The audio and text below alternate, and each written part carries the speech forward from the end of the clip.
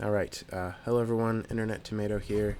I'm going to try to make this a little bit of a faster video. I wanted to just go over a few things. So, first of all, my main game, it's dead. I didn't die, I swear. I might even show you myself for a half second in the game. I don't know, maybe I will do it. But I'm just falling through the world, landing in water. I'm just there perpetually. I load back in.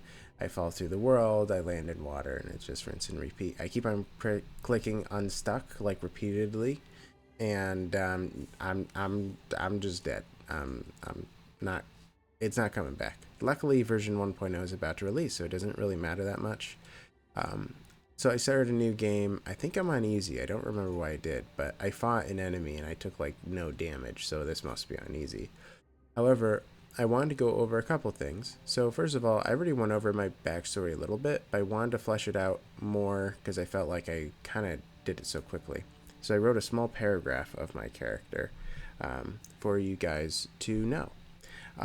Alaric of House Roche, once a proud Camelodian noble trained in the art of battle, he was exiled for his forbidden obsession with druidic lore and necromancy, and branded a heretic by his own kin.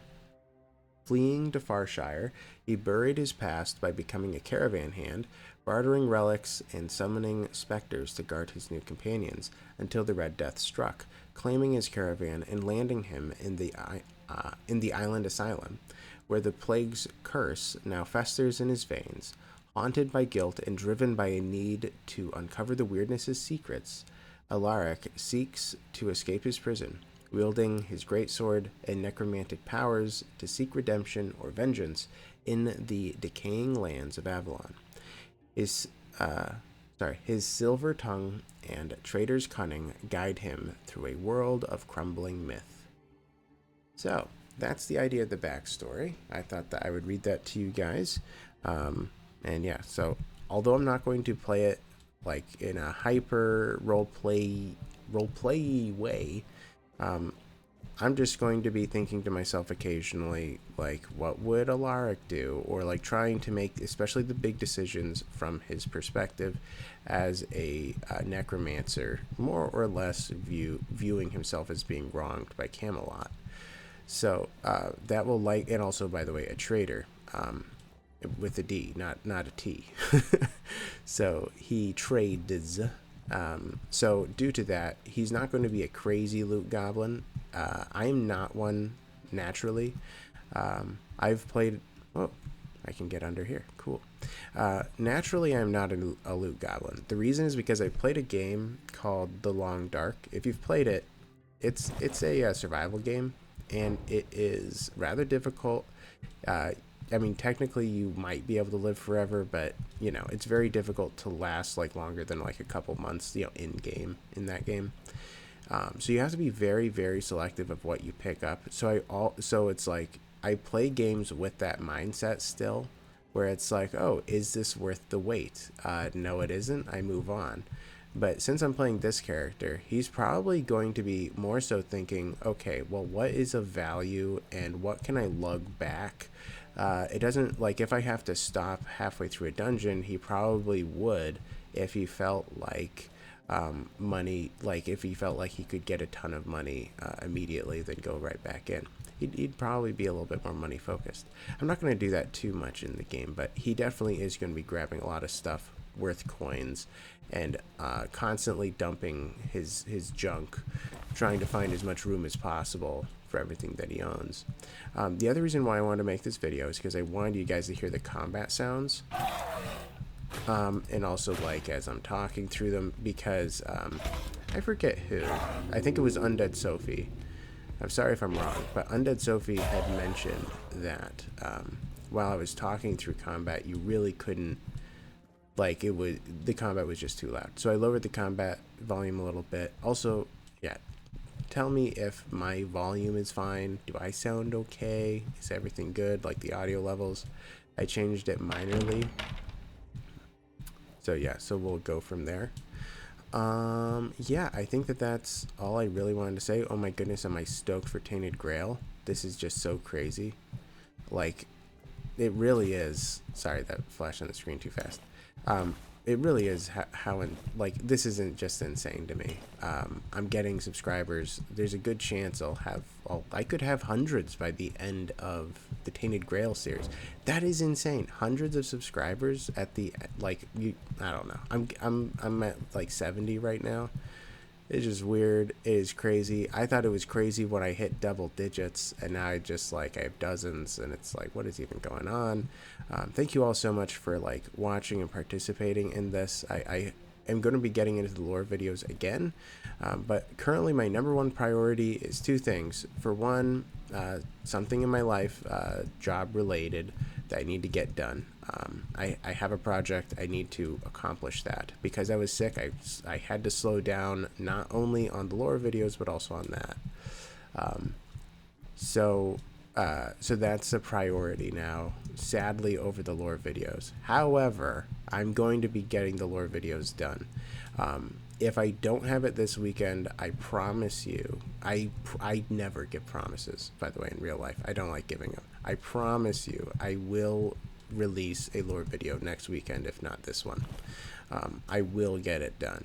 I have the script completed. I just have to record, then I just have to edit, and I will move heaven and earth to release that like 15-minute lore video. It's gonna happen. But anyways, yeah, I hope you guys stick around and are there for the playthrough. I love all of you. You're all amazing. I love you all equally. Okay, I don't have favorites. But yeah, you guys are all awesome and amazing and incredible. And I really hope to see you guys in the next playthrough. And yeah, one more thing. I was kind of told that something that kind of sets me apart from other YouTubers is that, like, in this genre, is that I know Tainted Grail lore a lot more than almost anybody else. You know what? I'm gonna go as far as to say I know more about Tainted Grail lore than anyone else that is gonna be making videos on the Tainted Grail RPG. I went that far because I highly doubt someone has played through the board game I played through the entirety of the campaign 3 times, and that is hundreds and hundreds of hours. And the niche of that board game, it's like a niche within a niche. Those of you who have played it, you know what I'm talking about. Very few people play that game because, well, that's not entirely true. Very few people play through it all. I'll say that because the game is incredibly grindy.